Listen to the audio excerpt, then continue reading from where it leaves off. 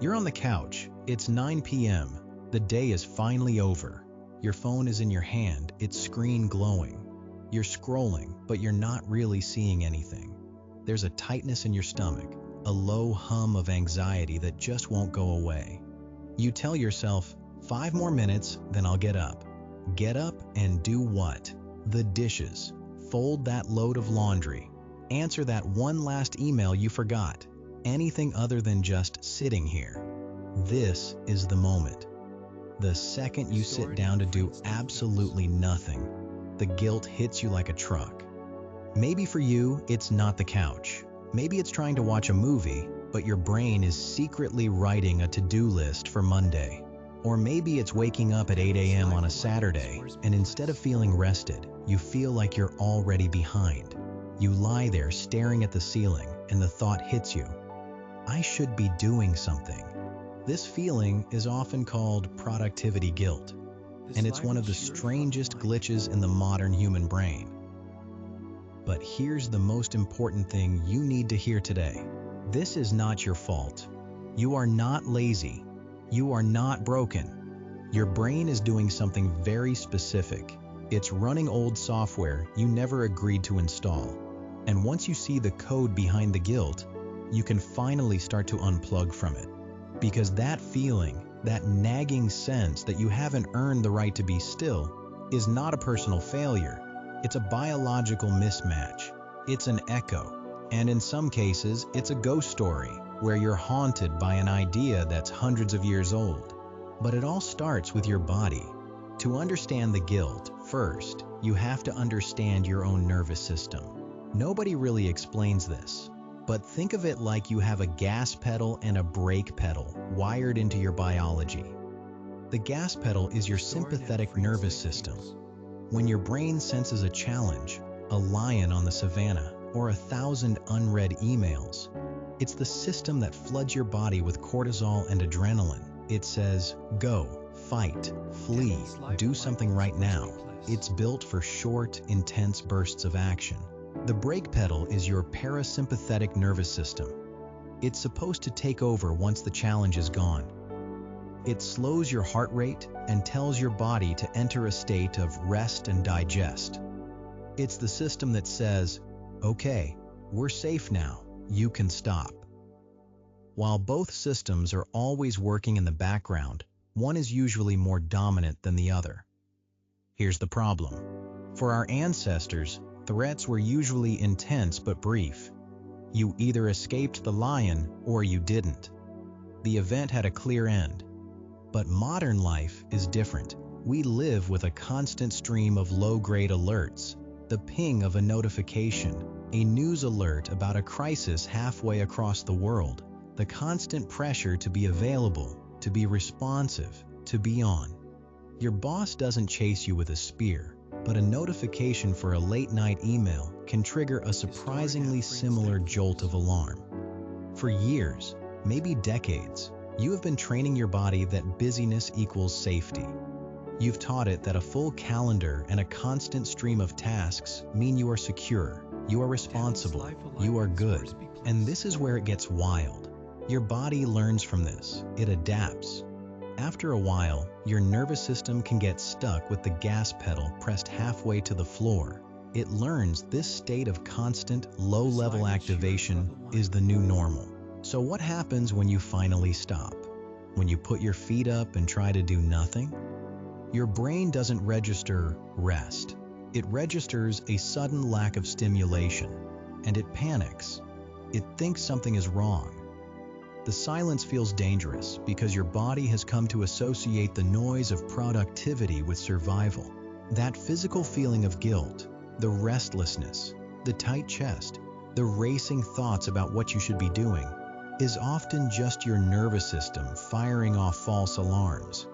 It's your body, trained by years of chronic busyness, screaming that you took your foot off the gas and now you're going to crash.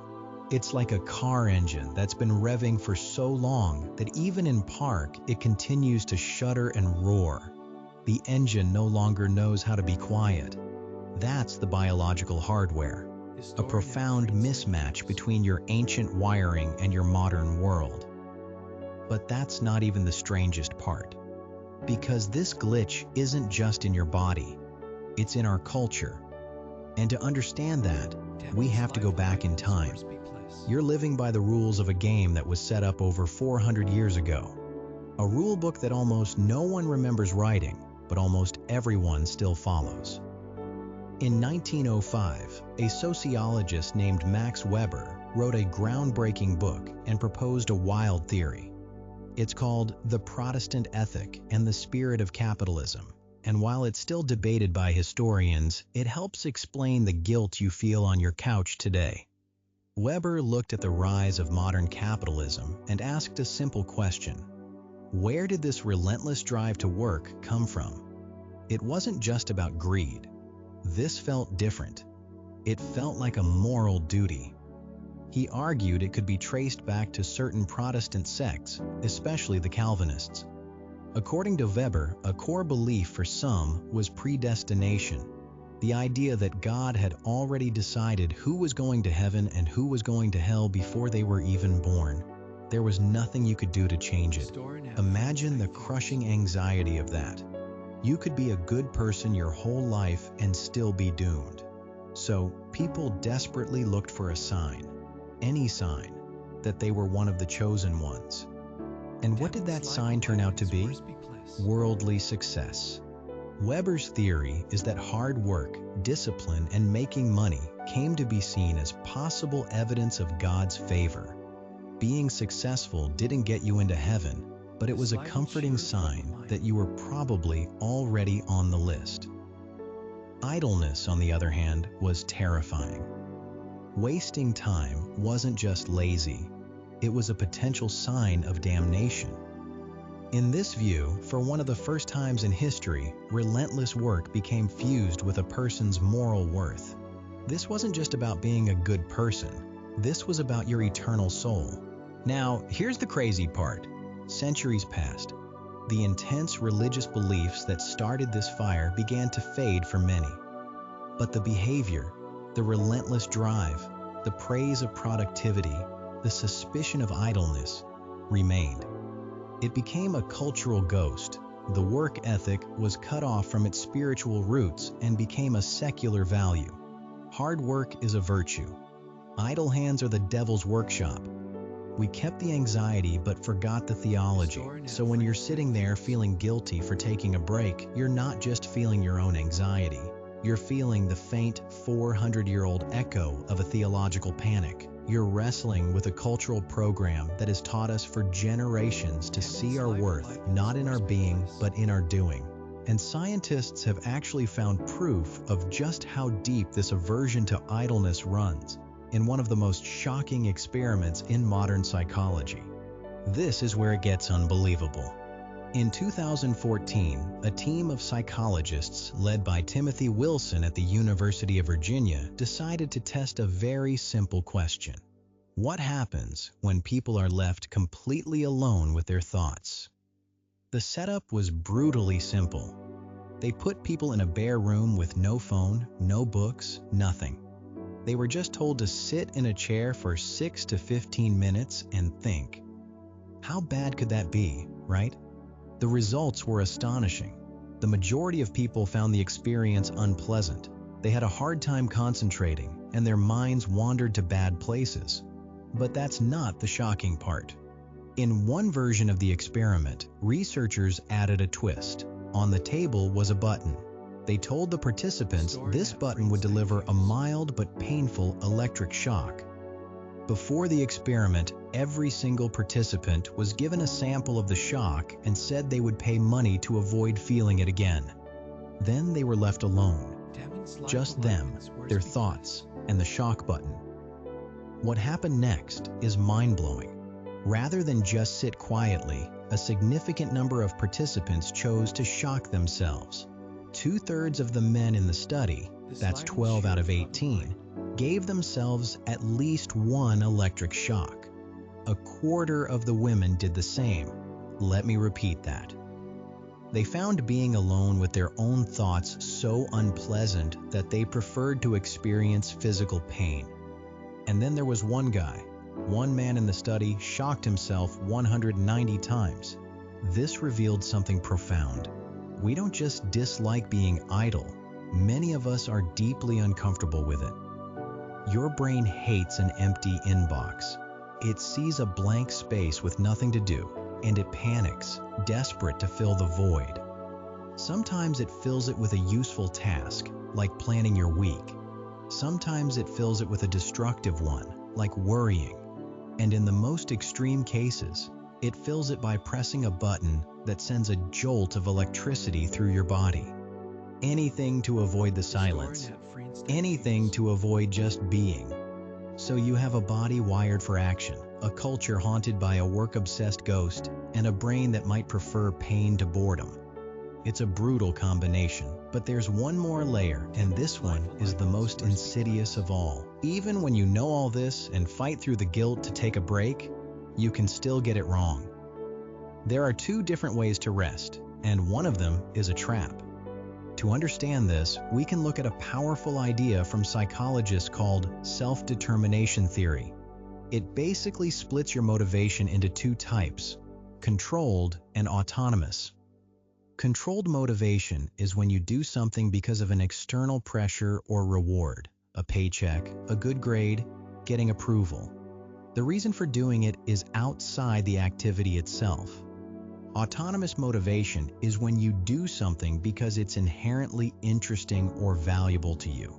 You do it for the sake of doing it. The reward is the activity. Now let's apply this to rest. Many of us treat rest as a tool for more productivity. That's controlled motivation.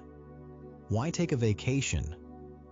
To recharge my batteries so I can work harder. Why get 8 hours of sleep? Because it improves my performance at the office. We talk about rest like it's a phone on a charger. Its only job is to get back to 100% so it can be used again. We treat our own downtime as purely instrumental. It's only valuable because of what it lets us do later. Here's the problem with that. When your rest is just a tool, your brain never fully gets the memo that it's okay to stop. Even on a beach, part of your mind is still calculating the return on investment for this relaxation. You're still measuring your rest against the yardstick of productivity. It's a paradox. By trying to justify your rest with the logic of productivity, you can accidentally sabotage it. True rest, the kind that actually restores you, is autonomous. It's done for its own sake. It's when you let yourself do something simply because it's enjoyable, not because it's going to make you a better worker. The vacation isn't a phone on a charger. The vacation is the point. The walk in the woods isn't to optimize your brain. The walk is the point. Reading a novel isn't about improving your vocabulary. Reading the novel is the point. This is the final boss of rest guilt. Breaking free from the idea that your stillness has to justify its own existence. You don't have to earn the right to be human. Your worth is not your output. So here you are, wrestling with a nervous system that mistakes stopping for danger, haunted by the 400-year-old ghost of an idea that fused work with worth. You have a brain so allergic to idleness, it might prefer physical pain. And you live in a culture that tries to sell you rest as just another productivity hack. It's no wonder you feel guilty on the couch. You are not lazy or broken. You are fighting a battle on 4 different fronts. So what's the way out? The answer isn't a new system. It's a new story. And the best one I know comes from farming. For centuries, farmers have used a practice called letting a field lie fallow. After several seasons of harvesting, they would intentionally leave a field empty. They wouldn't plant anything. They would let it rest. To an outsider, this would look incredibly unproductive, a waste of good land. They'd feel the urge to shout, "Get back to work, plant something." But the farmer knows the truth. The farmer knows this fallow period is not empty. It's a time of invisible, essential work. It's when the soil rebalances and gathers new nutrients. It's when the whole underground ecosystem recovers. The field isn't doing nothing. It is actively, quietly preparing for future growth. The emptiness is part of the work. This is what real rest is. It is not a deficit. It is not a waste. It is not a sign of failure. Rest is the fallow field. It's the period where the complex chemistry of your own mind and body is allowed to rebalance. It's where new ideas can germinate in the quiet. It's where you gather the strength you need, not just to work, but to live. So the next time you're on that couch and that tightness hits your stomach and that voice in your head starts chanting, you should be doing something. Try telling yourself a different story. You're not being lazy. You're not wasting time. You're the farmer, wise enough to know that some fields must be left empty to ever be full again. You are letting the field lie fallow, and there is nothing more productive than that.